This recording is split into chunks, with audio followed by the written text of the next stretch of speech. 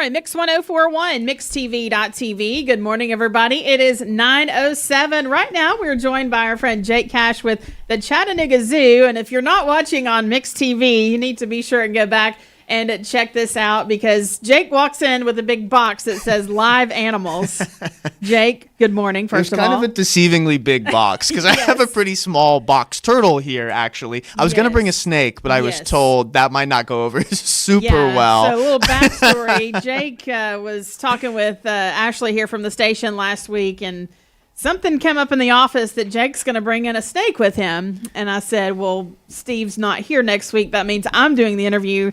Therefore, I can't run out of the room if he brings the snake in. So we kind of changed of plans. Sure. Appreciate that, Jake. Absolutely. And so you brought a box turtle Yes, with this you. is Chip the box turtle. He came to us through our rehab program, actually, which is why we named him Chip. You can kind of see if you're on Mixed TV there, you can kind of see where I'm pointing. The top of his shell was damaged in the wild. We're not 100% sure what happened to him, of course, but he can no longer close up this little flap here. So what they're supposed to be able to do is bring their head and all of their limbs totally inside their shell, of course, for defense from predators. But he can't do that anymore, so he would not fare very well in the wild. So it's really lucky that a community member found him, brought him to us, and now he's an ambassador animal with us. So he was deemed non-releasable. I was going to bring the snake because of Boo in the Zoo is coming up, and we do a little animal encounter kind of thing during those events called Creepy Crawlies, where we you're like, yeah, they are creepy. Yep. But where we bring out like snakes and spiders and different animals that are kind of have a negative connotation around them a little bit, but we kind of help show like, you know, why they're important and why, of course, we should respect them, but they're not necessarily something to be afraid of or something to dislike. I was going to bring a ball python, which is totally non-venomous. I mean, not dangerous to people at all. Not at all.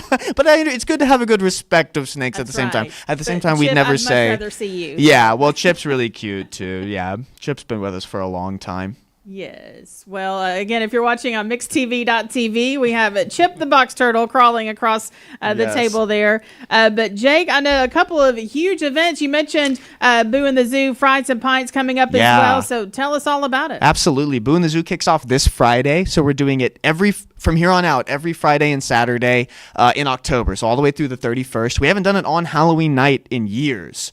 So we're really excited for that. So basically at Boo in the Zoo, you come, you tour the zoo after hours. You trick or treat across the zoo. There's a scavenger hunt, a bounce house, a lot of really fun, family-friendly decorations everywhere.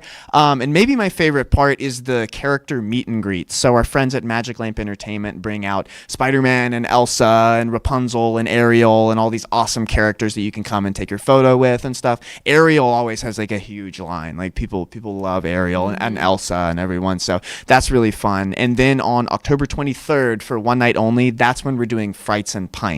So that's the 21 plus version of Boo in the Zoo, basically. So there's a DJ, dance floor, costume contest. People got really into the costume contest last year too. There was this like incredibly realistic Shrek costume where this lady painted her face green and all this stuff. I mean, I was impressed. I was impressed. I think she won, if I remember right. I think she won the contest. And then there's like a VIP section too for Frights and Pints where you can go in and it's open bar, and that's where we do the up close animal experiences for that. And I think we're giving away some tickets on Mix as well with Frights and Pints. That's right. So always exciting things happening there at the Chattanooga Zoo. What is the best way to find out more information and to get tickets? Absolutely. Everything is at chatzoo.org, and that's got 2 T's, and it's right there on the front page for Boo in the Zoo and Frights and Pints.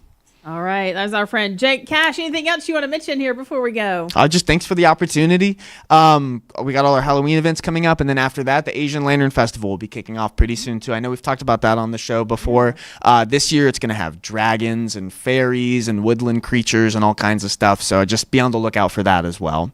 All right. That's Jake Cash with the Chattanooga Zoo. Thanks so much for coming up here and joining us today. Absolutely. Thanks for having me.